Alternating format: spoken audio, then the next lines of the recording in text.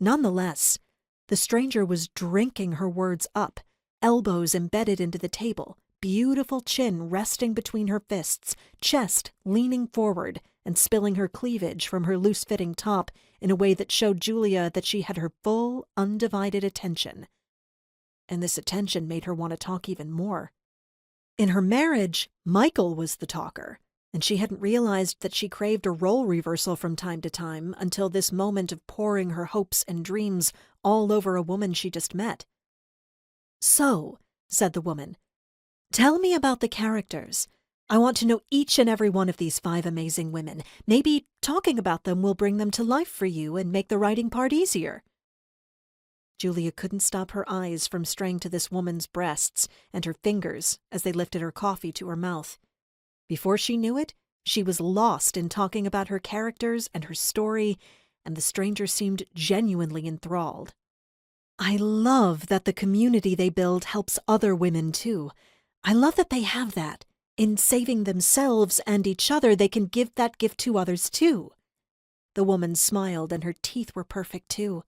Her tongue then flicked innocently across her lips. There was something so seductive about her, some curious combination of innocence and sexuality. She was irresistible. Of course, before she even took her seat, Julia had noticed how attractive the young woman was. She could even tell that other people in the coffee shop were throwing a glance their way from time to check her out. But now she was attracted to her for a plethora of other reasons that went way beyond her face and her breasts and her fingers and the way her tongue flicked across her lips. The woman was bubbly, kind, well-read, critical-minded without being the least bit harsh. Julia felt like she could talk to her forever. Julia considered making a proper move, but she couldn't get herself to go ahead with it. Not only was the girl very clearly a good 2 decades younger than Julia, but she seemed like she could be with just about anyone she wanted.